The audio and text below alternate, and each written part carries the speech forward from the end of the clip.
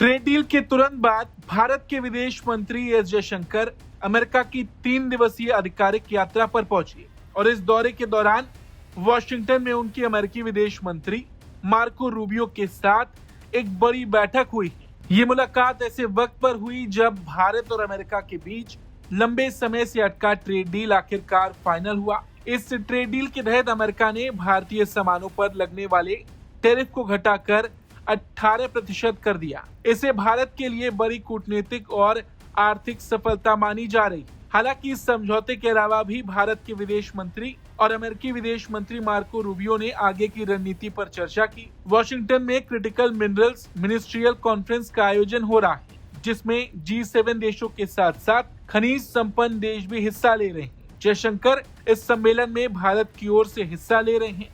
खास बात यह है कि इस कॉन्फ्रेंस में पाकिस्तान को कोई न्योता नहीं मिला, जो उसके लिए एक बड़ा झटका है। जयशंकर और रूबियो की बातचीत में क्रिटिकल मिनरल्स पर खास जोर रहा। ये वही रेयर एलिमेंट्स हैं जो आज के दौर में मोबाइल फोन, सेमीकंडक्टर, इलेक्ट्रिक गाड़ियां, डिफेंस इक्विपमेंट और ग्रीन एनर्जी के लिए बेहद जरूरी हैं। दोनों देशों ने इन मिनरल्स की खोज, खनन और प्रोसेसिंग में मिलकर काम करने पर सहमति जताई। बैठक में क्वाड के तहत भारत अमेरिका सहयोग को और मजबूत करने की बात भी दोहराई गई। दोनों नेताओं ने माना कि एक मजबूत, सुरक्षित और समृद्ध इंडो पैसिफिक क्षेत्र दोनों देशों के साझा हितों के लिए बेहद जरूरी है। साथ ही व्यापार, ऊर्जा, परमाणु सहयोग, रक्षा और तकनीक जैसे मुद्दों पर विस्तार से चर्चा हुई। जयशंकर ने इस बातचीत को व्यापक और सार्थक बताया और कहा कि दोनों देशों के बीच रिश्ते अब सिर्फ ट्रेड तक सीमित नहीं बल्कि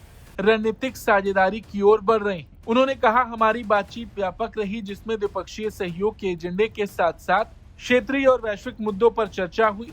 भारत अमेरिका रणनीतिक साझेदारी के जिन पहलुओं पर चर्चा हुई उनमें व्यापार, ऊर्जा, परमाणु, रक्षा और टेक्नोलॉजी शामिल रहे। हमारे साझा हितों को आगे बढ़ाने के लिए कई तंत्रों की शीघ्र बैठकों पर सहमति बनी। दरअसल इस ग्लोबल मिनरल्स कॉन्फ्रेंस का बड़ा मकसद चीन पर निर्भरता को कम करना है। फिलहाल रेयर मिनरल्स के बाजार में चीन का दबदबा है।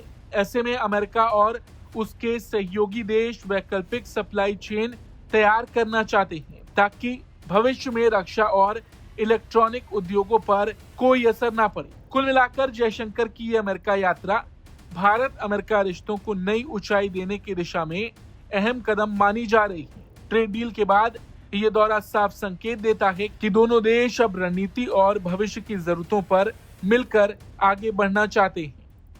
Bureau report, Bharat.